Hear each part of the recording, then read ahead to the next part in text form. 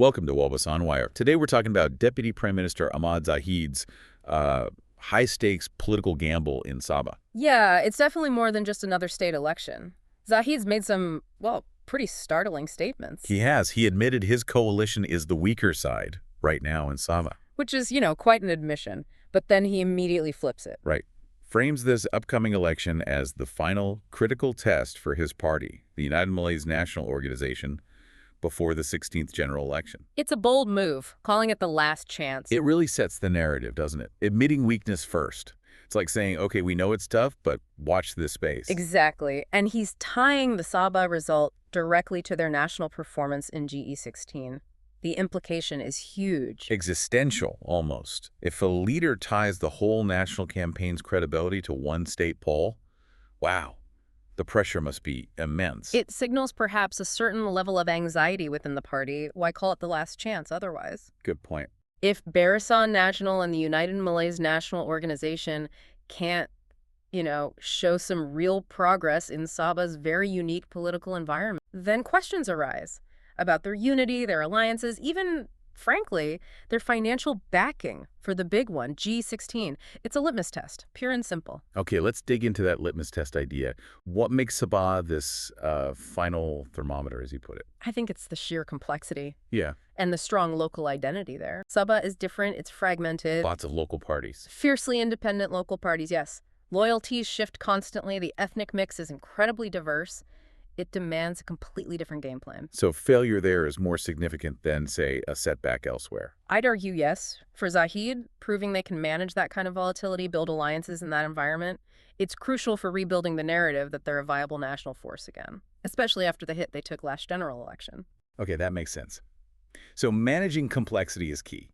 And if they're the weaker side, as he admits, then collaboration isn't just a strategy, it's survival. Which brings us to strategy one, cooperation. It's non-negotiable for them. Absolutely. It's the core lesson from Sabah's political history. No single party can go it alone and expect to dominate long term. So what does this cooperation look like on the ground? Well, first, they're confirming the existing cooperation between Barisan Nasional and Pakatan Harapan will continue. The main goal there being? Simple maths, really. Avoid clashing in the same seats. Don't split the vote and hand victory to rivals, especially the local Sabah parties. It's pragmatic.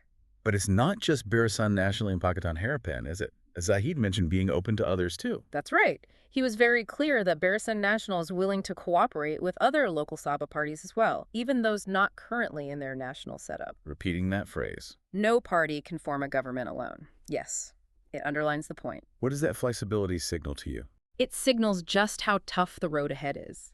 They know they'll likely need to be incredibly fluid after the election results come in. Potentially making deals with unlikely partners. Or even rivals. It shows the depth of fragmentation, maybe even a touch of desperation to be the ones holding the government together. It requires a certain political agility. Which voters might just see as instability. Risky. Very risky. Which is why, if the external situation is potentially chaotic, their internal house needs to be rock solid. Okay, let's shift to that. Strategy 2, internal prep.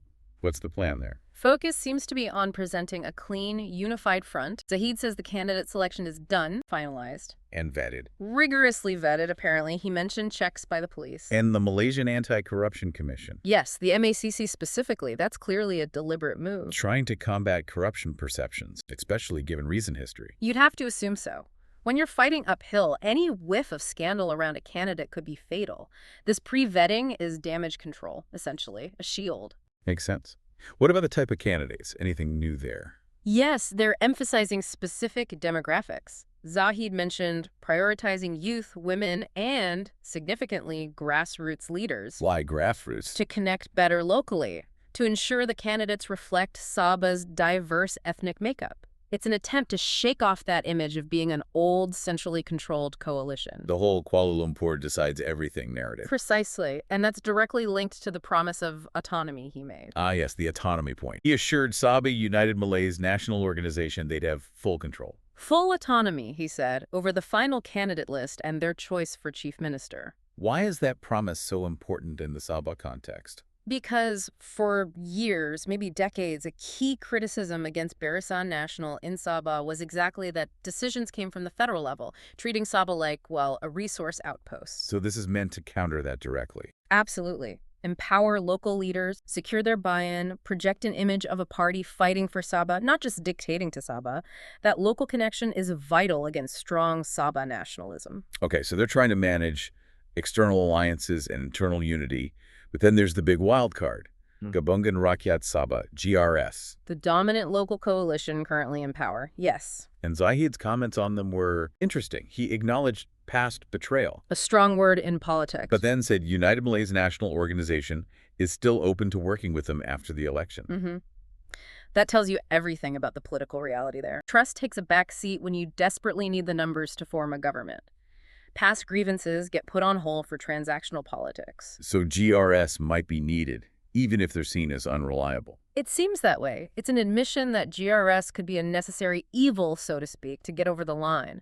It really highlights the volatility and, frankly, the low trust environment in Sabah politics. Volatility from the parties, and then there's the voters. You mentioned the numbers. Yes, the election has to be held by December 7th, and the electorate is sizable.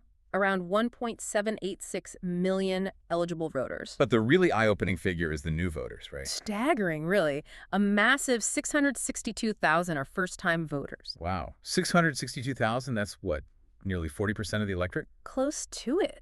Think about that.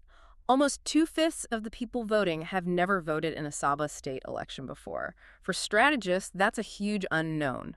A black box. And presumably these are younger voters? Mostly, yes. Potentially less tied to the old political loyalties and rivalries, maybe more skeptical of established parties like United Malays National Organization. They might favor hyper-local parties over the big peninsula-based coalitions. So for Zahid's team, trying to manage these complex alliances between established players, this huge block of unpredictable youth vote just throws a massive spanner in the works. It's the ultimate wild card. No amount of careful planning or candidate vetting fully accounts for how they might swing.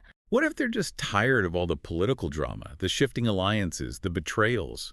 Could they just upend everything? They absolutely could. They could completely rewrite the political map and invalidate all the pre-election calculations. So how do you think they'll lean? Towards the stability promised by a big coalition or a fresh local voice? That is the multi-million ringgit question, isn't it? It makes things incredibly difficult for Barisan National. It's a tightrope walk. Appeal to the base with stability, woo the youth with new faces and autonomy. Very tricky. So wrapping up, Zahid sees this as make or break. Absolutely, his view seems clear. Succeed here, and maybe, just maybe, United Malays National Organization proves it still has national clout heading towards GE16. Fail, and the questions about their future only get louder. The whole political trajectory could hinge on this one state race. It really drives home that this isn't just about Sabah's seats. It's about the leader's credibility, the coalition's viability, the whole strategic direction. It's not a rehearsal. It's the final exam before the finals. Determines if they stay in the Premier League or keep sliding.